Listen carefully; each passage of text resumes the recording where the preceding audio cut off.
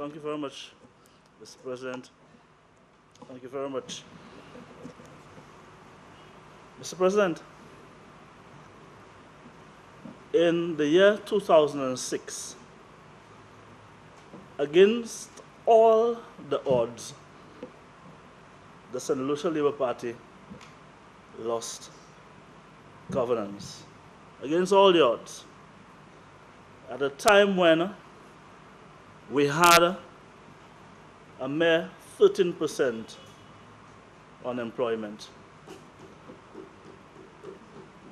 I don't know how that unemployment rate rose to the 20s between 2006 and 2011.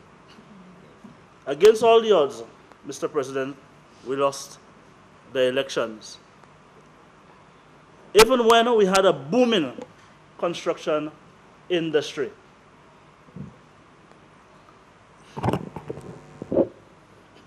Even when we had a booming construction industry.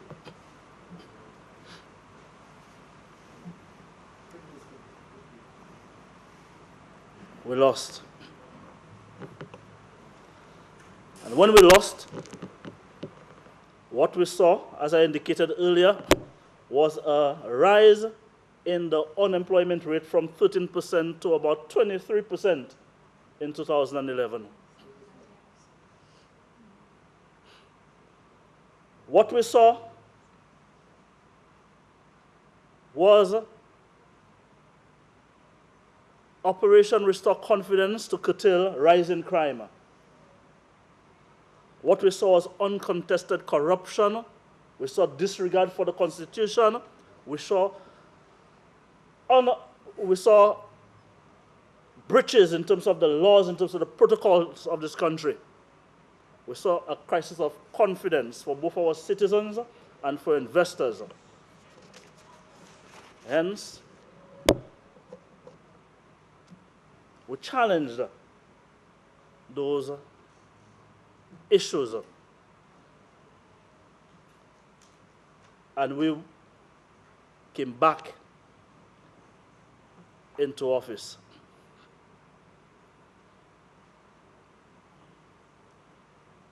When I consider the performance of this government in the last year,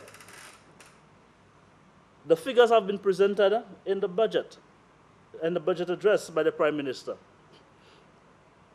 Economically, of course, things are not rosy. But what we saw last year was a 35% reduction in the fiscal deficit, from 213.5 million in 2013 to 14 to 138.8 million 2014 to 2015.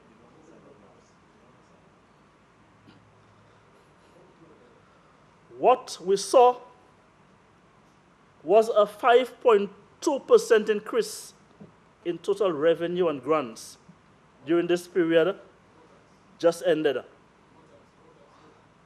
What we saw was a reduction in the expenditure of the government by 2.4%. What we saw was a decline in the debt to GDP ratio. That's what we saw. That is not to say that we don't have the difficulties. There are difficulties. But to pretend that we didn't see those things, to pretend that those things didn't happen, would be, in a sense, a bit dishonest. Mr. President, you know, one thing about this administration is that it is a very, very bold administration. And that is one of the reasons why we have been able to achieve some of those things that I have pointed out. Because this administration is a bold administration. Our blueprint for growth, this document, and it has been made a document of this Senate. Our blueprint for growth committed us to the restoration of good governance in this country. It committed us to that. So we had to take bold steps to reestablish good governance. And sometimes we had to take unpopular decisions. But we were not afraid because it's a bold government. Hence, what did we do? We moved immediately to end officially sanctioned corruption and corruptible practices among government officials. We know I'm not speculating about the bad practices. We all know, for example, of the Tuxedo Villas issue as an example. We were not afraid of implementing VAT. The previous administration spent the 5 years talking about VAT, talking about it. We were not afraid of implementing it. We said that it was necessary, that we would do it. And we did it, even if it was unpopular in some sectors.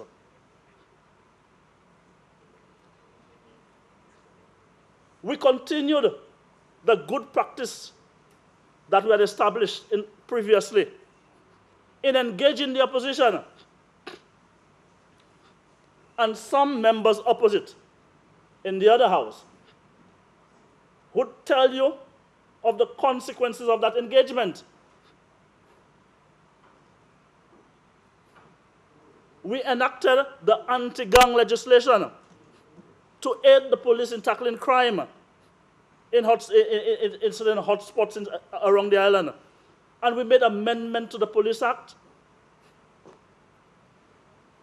Mr. President, we pursue a very, very prolific social agenda. Even as we struggled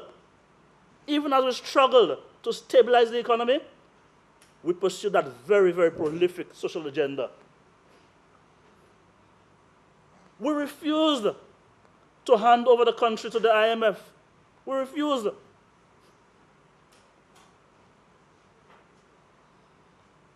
We were not afraid of proposing necessary, albeit unpopular, initiatives. For example, we proposed a 5% cut in the salaries. We were not afraid of making the proposal, although we knew that it would be unpopular, because it's a bold government. And we need bold governance in this country to be able to reverse the slide that had occurred under the previous administration. We need that kind of bold governance. So we are not afraid of whatever unfavorable figures that might appear in the statistics. We're not afraid of that. We know that changes in the economy does not occur overnight. We know that to get this excellent, this tasty, this delicious fruitcake for Christmas, you must break the eggs. We know it's going to be a messy tabletop when in fact you are baking that cake. We know that. But we're bold. We are not afraid of doing it.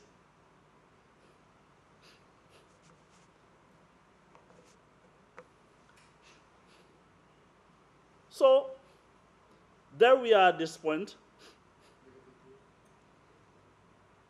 So I will continue. I will, in fact, examine some of the initiatives that are on the table for this financial year. I will try to focus on some of the areas that I am more comfortable with, I'm more familiar with. Like tourism, for example. You know, I'm sure every one of us in here is quite aware of the performance of this government as far as the tourism industry is concerned. There can be no doubting the successes that we have had in the tourism industry under this administration. There can be no doubt in that.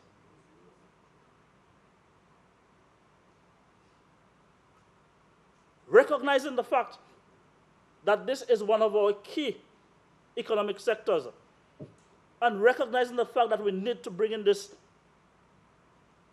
foreign direct investment, we introduced the Tourism Incentive Act.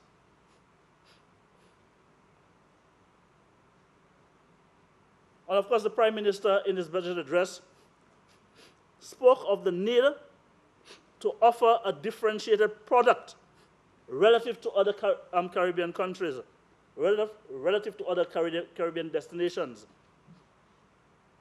And you know what?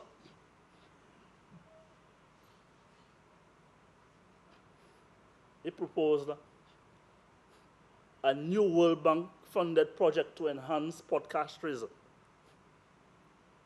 Beautiful. Beautiful. It's beautiful because castries needs attention. We all recognize the fact that castries needs attention, and we are going to give the attention to castries through this enhancement of the port. But I must point out that my plea, my desire really, is in that process for us to emphasize aesthetics. Because really and truly, what we have is pretty much a very well-organized city. You know, the layout of the city, very, very good, and all of that. But Castries is an ugly city, in a sense. It's a dirty city. It's a smelly city. And we need to correct that. And hopefully, through this initiative to enhance Port Castries, we will see a reversal in that ugliness. And we will see that emphasis on aesthetics, so that when we walk the city of Castries, we could feel proud that we have a beautiful city. We could feel comfortable inviting visitors to our city. Now, Mr. President, one of the things being proposed as well is the development of the city of Castries as a tourist attraction in itself. Because, you know, there's a lot of history in this place. There's a lot of the cathedral, you know, the library, the market, there's a commendation in some cases. There's a lot of history in this place. A lot that people would be interested in this place. So we need to emphasize that, develop those tours and so on. I like when I visit metropolitan countries to be able to board the bus and take a tour of the city. You know, we need that kind of activity happening here. So that World Bank funded project to enhance Port Castries hopefully will result in that kind of development in the city. We will have a beautiful city, a city with so much to offer to visitors and to locals alike.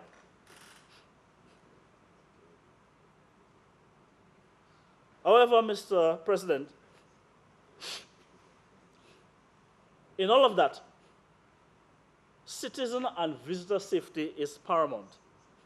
So I must point that out, because I think that that is definitely an issue that we must concern ourselves with at this point in time. There is a proposal in the budget address for a special visitor safety unit. Visitor safety unit. I fully endorse that proposal. But perhaps we need to explore the elevation of the existing special constables in our towns and villages to enhance or to play a part in terms of actually enhancing that visitor safety that we speak about and the safety, in fact, of the citizens of this country and of the city. That, I think, is very important.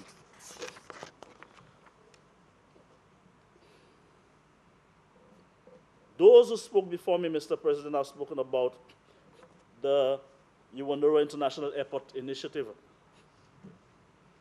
Of course, the Prime Minister proposed a public-private partnership. Brilliant. Brilliant. An airport to be managed and run by an independent entity. An independent entity which, of course, would be selected on the basis of competitive bidding. That's what is indicated in the Prime Minister's budget address. That's very, very important, competitive bidding. It's not a situation of people handing over contracts and other such things to friends and relatives and colleagues and so on. But the implications of the Uwandoro International Airport proposal, very important. In the first place, SLASPA, of course, will be relieved of some of their responsibilities, and they would be in a position to place greater focus on some other areas as far as the development of the port and the management of the port is concerned. And of course, that new management entity, if it utilizes the existing SLASPA employees, if it works along with the existing SLASPA employees, will be in a position to manage and redevelop without necessarily causing a strain on the public purse. And that's very, very important. Cutting expenditure, Senator opposite.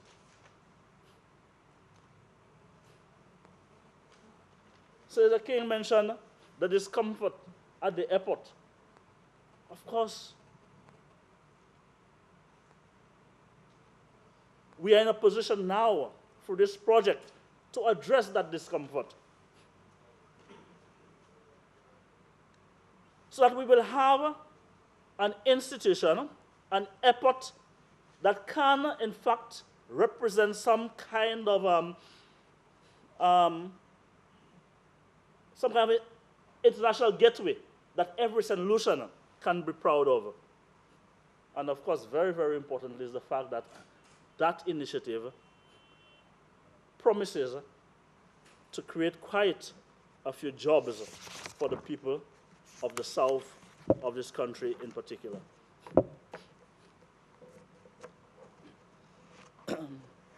In the front speech, Mr. President, the Governor General, and here I'll quote from page 9 to 10 of the front speech, "My government is presently engaged with Clifford Chance, a world-renowned legal firm, to study the legislative and regulatory framework needed to transform St. Lucia into a world-class medical research center." Brilliance again. Beautiful. Of course, it offers us the opportunity to leverage the existing medical infrastructure in St. Lucia to advantage. Because we know that healthcare internationally is very, very high. We have the St. Jude Hospital. We have the Millennium Heights Medical Complex. And generally, we have a pretty good medical system in the various towns and villages. You know, let us use that facility to benefit. You know, let us use it to benefit. Let us use it for the promotion of St. Lucia. Let's use it for investment purposes. Dr. King mentioned some of the investment possibilities. Let us use it for high quality job creation because the possibilities are there. Let us use it to uplift the standard of healthcare on this island for citizens and for visitors alike.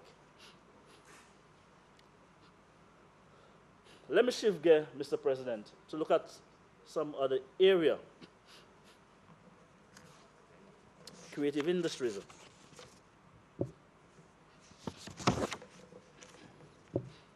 And, you know, I was a bit concerned. I have been a bit concerned about the fact that in the year between the last budget and this one, we have had a number of deaths. A number of our cultural personalities have passed away. Among them, of course, would be the prominent businessman, Chef Harry. We have seen the death of John Fouché, for example, you know, one of our finest visual artists. We have seen the death of Clifton Dudu Joseph, for example, you know, a master drummer and shutter. We have seen, for example, the death of Elijah Greenidge, who was quite a musician in his own right. We have seen the death, for example, of the former Minister of Education, Hunter Foswa, who was a music connoisseur, in a sense. And we have seen the death of Frank Norville, of TLMO Group Petla fame. And recently, of course, we saw the death of Sir Dunstan St. Omer. I want to, in fact, express my condolences to the families of those great sons of St. Lucia who have passed away, during the year just ended. But during that year just ended, we had quite a bit happening in the area of culture and the area of creative industries. Let us, for example, consider what happened with the Cultural Development Foundation, for example. Ask anybody in Castries, or anywhere in St. Lucia for that matter, about the celebration of Asso Square, the last Asso Square, and they will tell you, job well done by the CDF. Then we know as well of the National Arts Festival being organized by the CDF annually, both in terms of the cultural presentations during the festival, as well as the training component that happens during the festival. We know of the celebration of some of the cultural icons by CDF. I just mentioned the fact that we had quite a few of them passing. CDF is celebrating a lot of those icons. So that during the Jazz Festival, for example, just ended Jazz Festival, some of you would have attended this brilliant concert organized by the CDF to, in a sense, recognize the contribution of one of the great sons of St. Lucia, of course, the Honorable Charles Cadet. We saw during that year, the renovation of the cultural center. And now you can go to the cultural center and relax, and, you know, and really be entertained because of the improvements that have been made at the cultural center during this year just ending. We brought international theater to St. Lucia. You know, I'm sure you would have heard of Shakespeare Globe Theater. Hamlet was performed here by Shakespeare Globe Theater during the year. And it's not a one-off thing, you know. Before that, Shakespeare Globe Theatre also did, can't remember the play that they had the previous year. No, not Macbeth, but can't remember right now. We have seen the revival of the folk festivals, La Wars, Magwit, and all of those things during the year. And very importantly, CDF has been collaborating with the Creative Industries Ministry in terms of a cultural mapping program. And during that period just ended, we had over 300 persons being mapped as part of that cultural mapping program. And cultural mapping is a very, very important exercise. Because if we are hoping to develop the creative industries, we must know what we have and where we have them so that we could plan accordingly. So it's a very, very important exercise that CDF and the Department of Creative Industries are currently engaged in.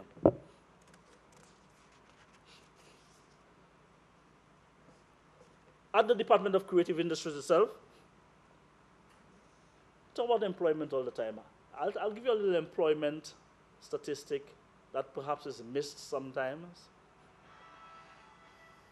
During the period just ending, the last financial year, the Department of Creative Industries engaged or provided some level of employment for no less than 897 people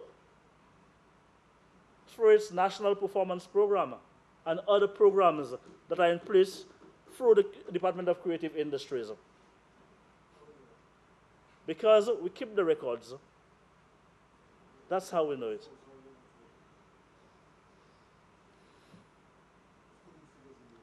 The department has also engaged in strategic partnerships with key sectors in the economy. Key sectors. You know, the yachting sector, for example. Very, very importantly is that right now, work has already commenced on the development of the legislative framework for the operation of the creative industry sector. So that work, as I speak, is happening on putting together a Creative Industries Act. I am hoping that we will see the completion of that project very soon, and that we'll be able to take this bill to Parliament soon enough. We saw during the period the retrofitting and the augmentation of venues throughout St. Lucia in collaboration with the Ministry of Social Transformation, the Ministry of Education, and the Ministry of Infrastructure. All of those things happening under the auspices of the Department of Creative Industries. This year, Mr. President, $1 million has been allocated towards the development of the creative industries sector. I mentioned... Senator, you have 15 minutes in which to complete your presentation. Mr.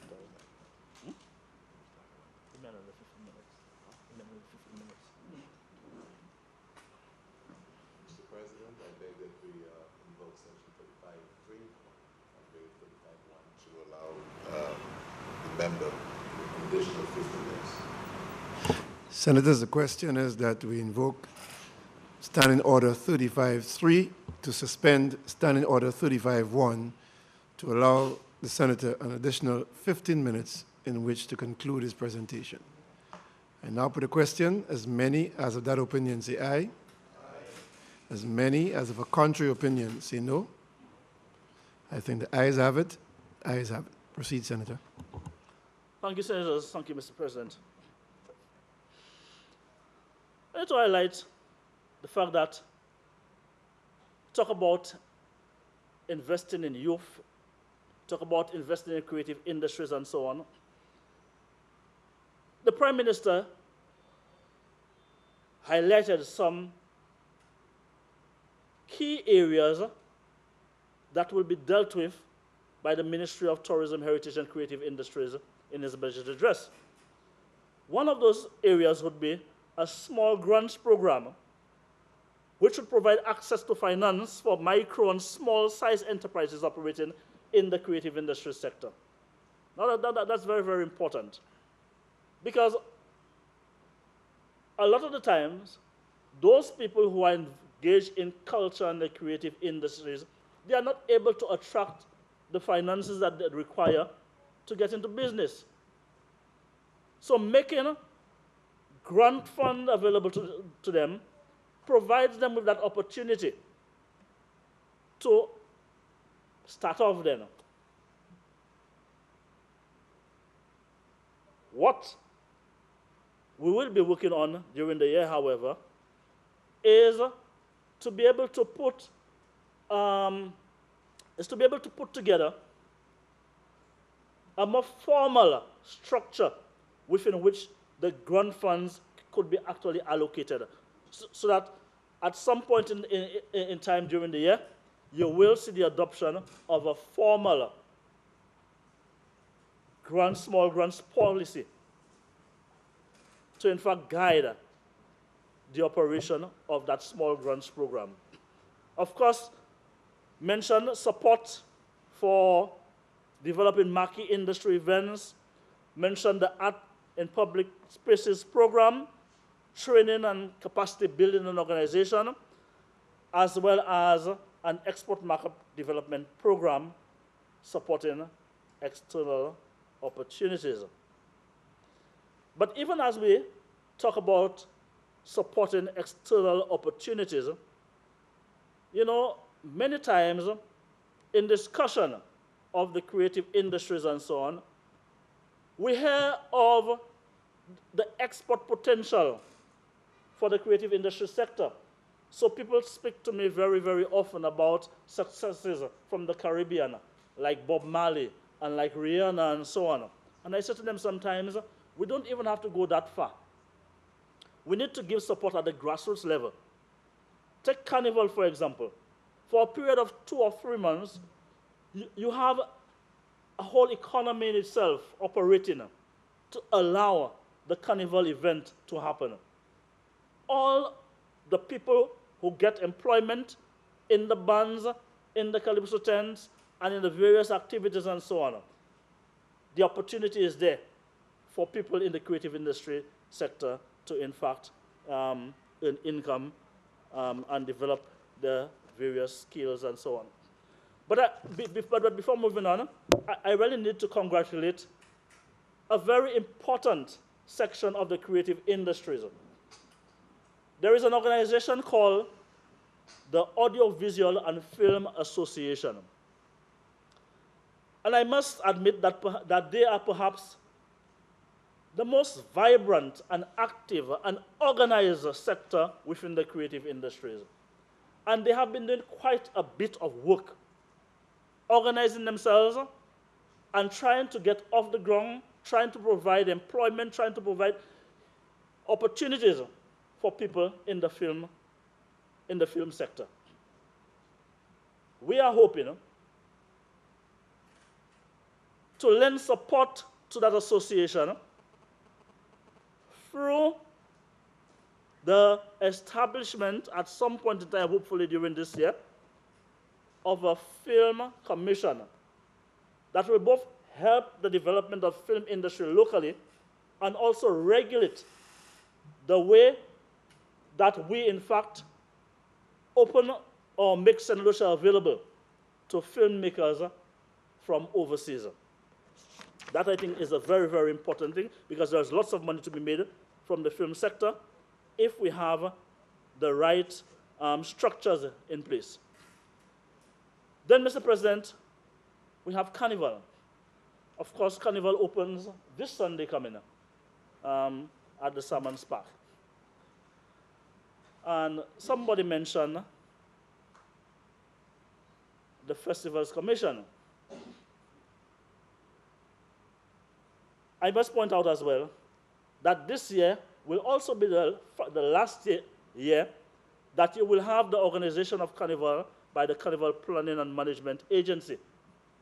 The idea is for the establishment of the Festivals Commission during this financial year, and the Festivals Commission will, of course, be responsible for the organization of all national festivals, Carnival included, Jazz and Arts Festival included, Lawas included, Margaret included, Emancipation Day included, and so on, and so on, and so on.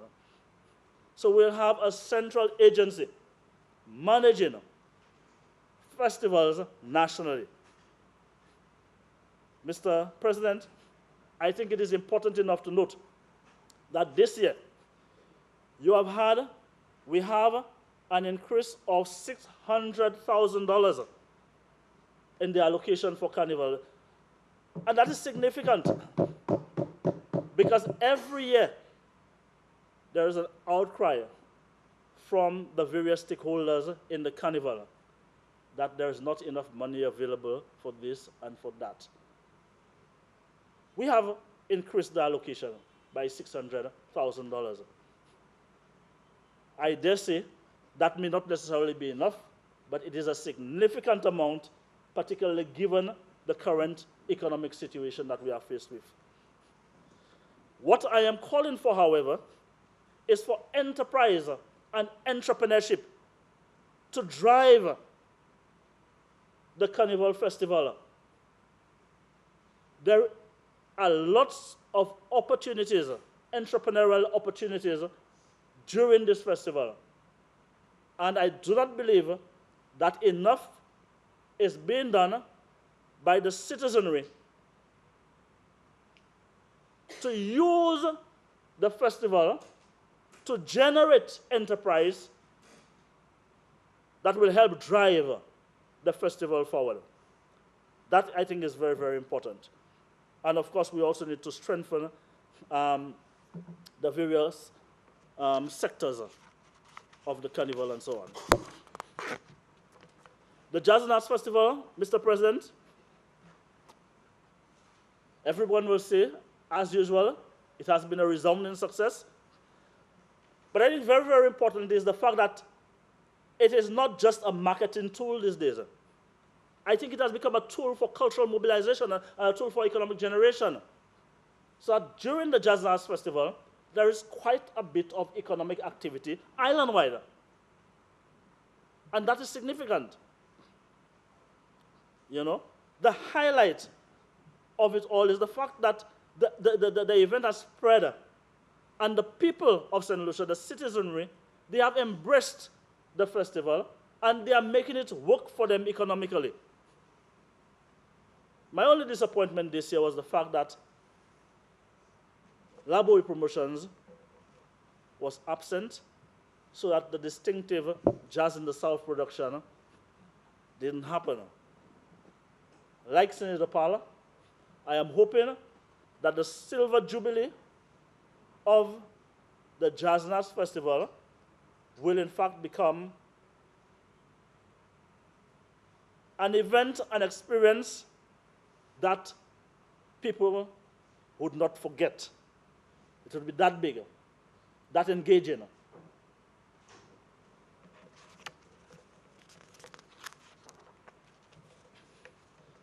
Talking about festivals, Mr. President, one festival that comes up very, very soon from now is in fact Carifesta.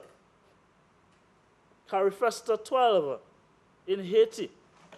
And I just want to point out that in the coming weeks, we will have to make a decision regarding the participation of St. Lucia in Carifesta 2015.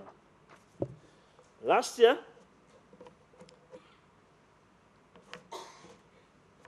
Her Excellency, the Governor General, made a pronouncement in the throne speech regarding language policy and language commission. Just wanted to point out the fact that we have started to address the fashioning of a language commission or policy, which will help, in a sense, to articulate a clear policy on language use in the education system, in our culture, and in the society generally. We are working very, very closely with the Office of the Governor General, the Ministry of Tourism, Heritage and Creative Industries, and the Ministry of Education to, in fact, fashion that policy and fashion a way forward as far as language is concerned. Lots happening in the area of culture and creative industries. I am sure, I'm almost certain that Senator Felix would speak about the reconstruction of the Walcott House, which is the home of Roddy and Derek Walcott at Grass Street. What we are having there, really, is the development of museum and gallery. That Grass Street urban enhancement project will include theater, exhibition space, library, and so on. Very, very, very big changes will be happening in Castries, part of the enhancement of that urban center of the city of Castries. And somebody, I think it was Senator King, who spoke about those of us, the young people who are engaged in literature and so on.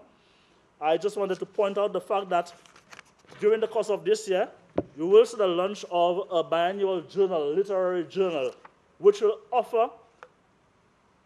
provide an opportunity for young writers and people engaged in literature to showcase their skills and to, in fact, have an outlet for the work that they produce. Mr. President, you know, we speak about the difficult economic times all the time.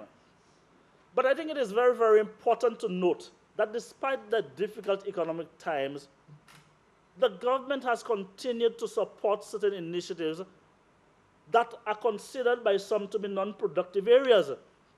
You know, in the area of heritage, for example, there is an allocation of $1.5 million for heritage development through the National Archives, the National Trust, and the Archaeological and Historical Society. RSL is going to receive close to $500,000 as part of the allocation there. And so ECHO as well has an allocation there. For cultural development, there is an allocation of $4,220,000, an increase of $800,000 from last year. For social transformation, for example, you have an allocation of $4.5 million.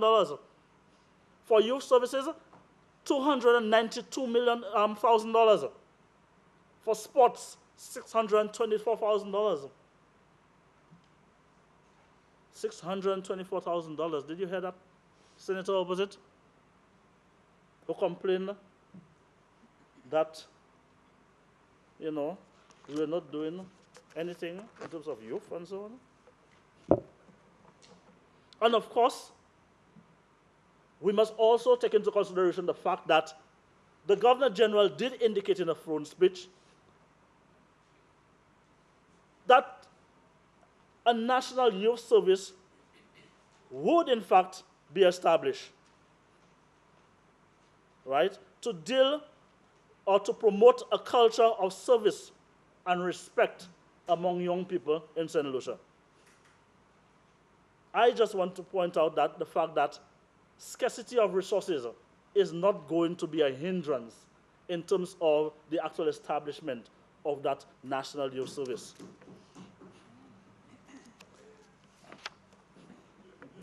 Mr. President, sports.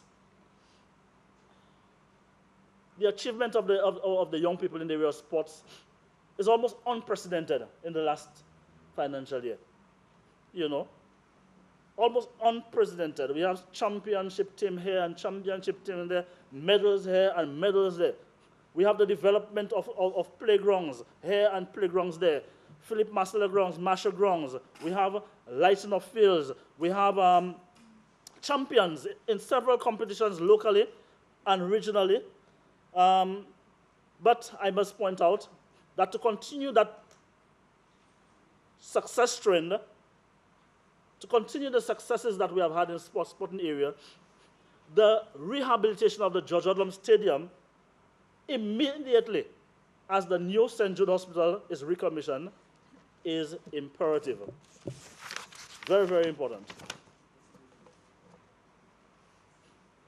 I need to point out again allocations. $12 million towards a new National Aquatic Center at Beauséjour. Olympic-sized pool and all of that.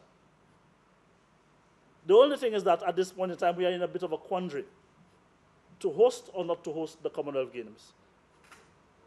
Domestic infrastructure and youth development versus prestige and international exposure for athletes. What will it be? Of course, the Prime Minister has indicated that in the coming weeks, the answer to that would be made quite clear to us all. But even as we contemplate participation in the Commonwealth Youth Games, what we can say with certainty is that no longer will our young people, locally, regionally, or internationally, represent this country without the benefit of insurance coverage for the athletes who participate in those sporting events and so on. The only question I have about that, and perhaps I need to find out from my Minister of Sports or the Minister of Finance, is whether the coverage would extend as well to the managers and the trainers and the people who accompany the sportsmen. Because although they are not actually engaged in the activities themselves, I think that, that the coverage should really be extended to them because they are playing their part as well. And I think it's an important part that they play as far as the development of the young people are concerned.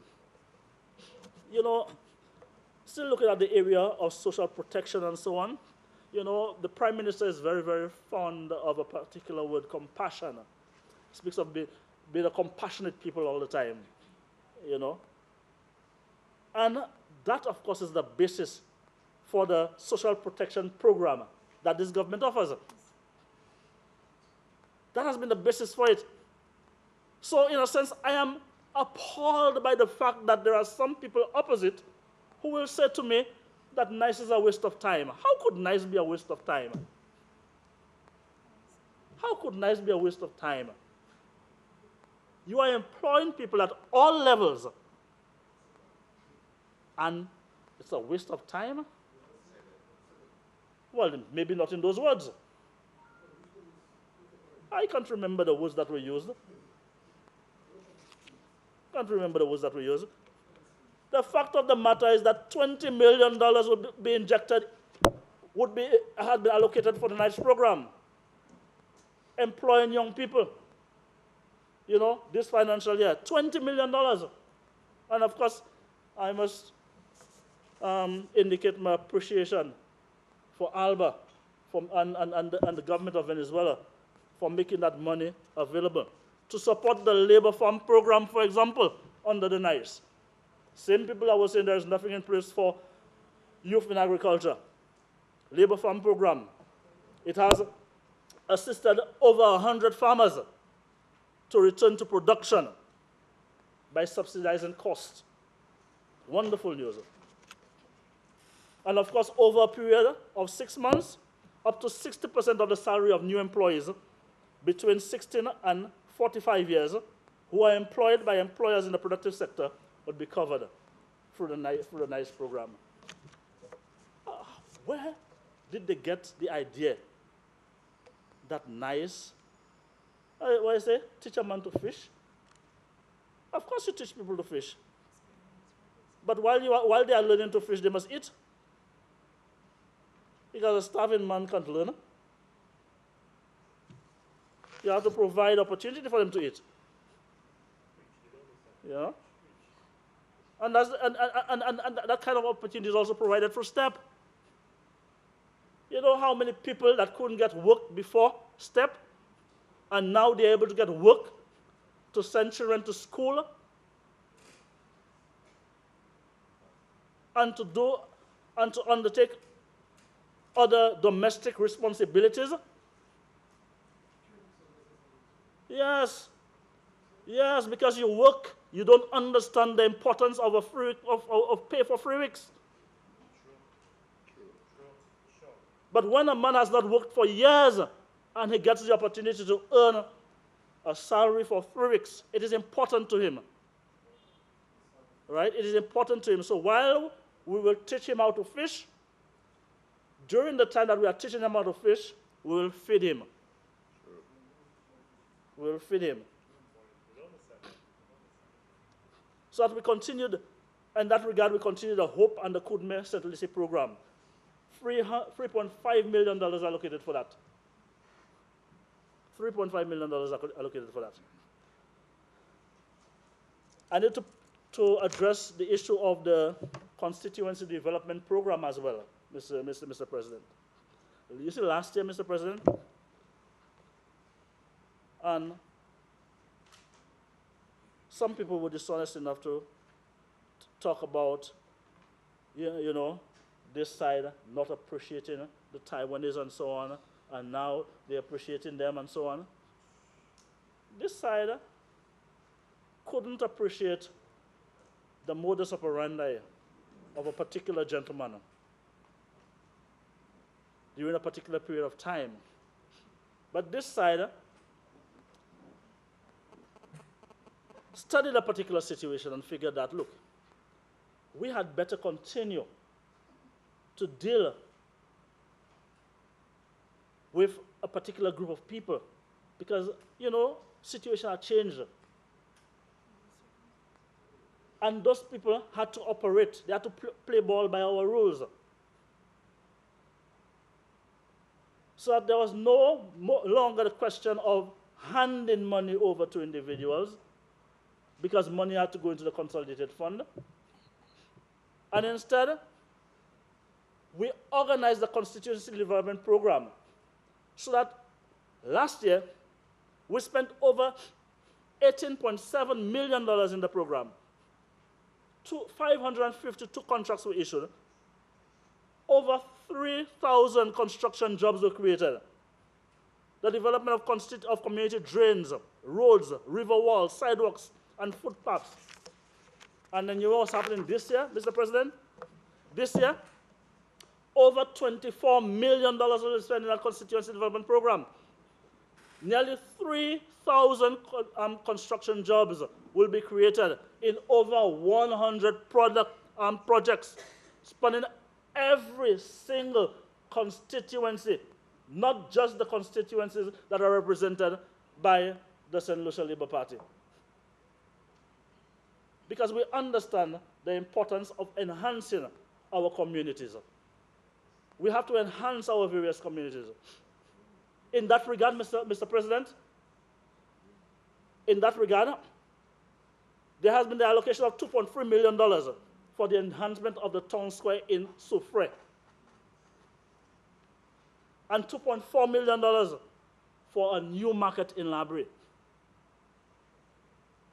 As if that were not enough, $4 million for the completion of the Grosley Human Resource Center. Still not enough? We are working towards the rebirth of the city of Castries. I want Senator Felix to address that matter probably when he addresses the Senate. The enhancement of the city of Castries. And I've been told by the Prime Minister through his address that there is going to be an updated social assessment of Wilton's Yard and Fuasho to determine the number of residents, land tenure, and the willingness of residents to be relocated elsewhere to new communities as part of that urban renewal project that's happening in this country. Senator, you have 5 minutes in which to complete your presentation. Is it any surprise, Mr. President? Yes, I talk about negative growth, but it has been declining negative growth. Perhaps if we had cut out all of those social programs, you know, we would say positive, you know, growth and so on.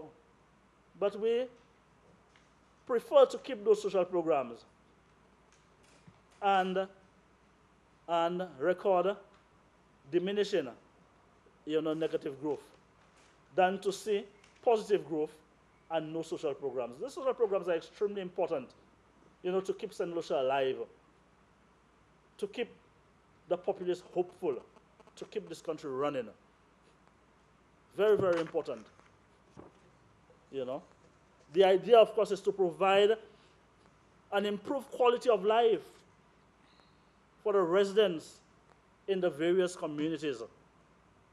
Who can be vexed with that? Oh, sorry. There are some that will be vexed with it. There are some that have indicated their opposition to that.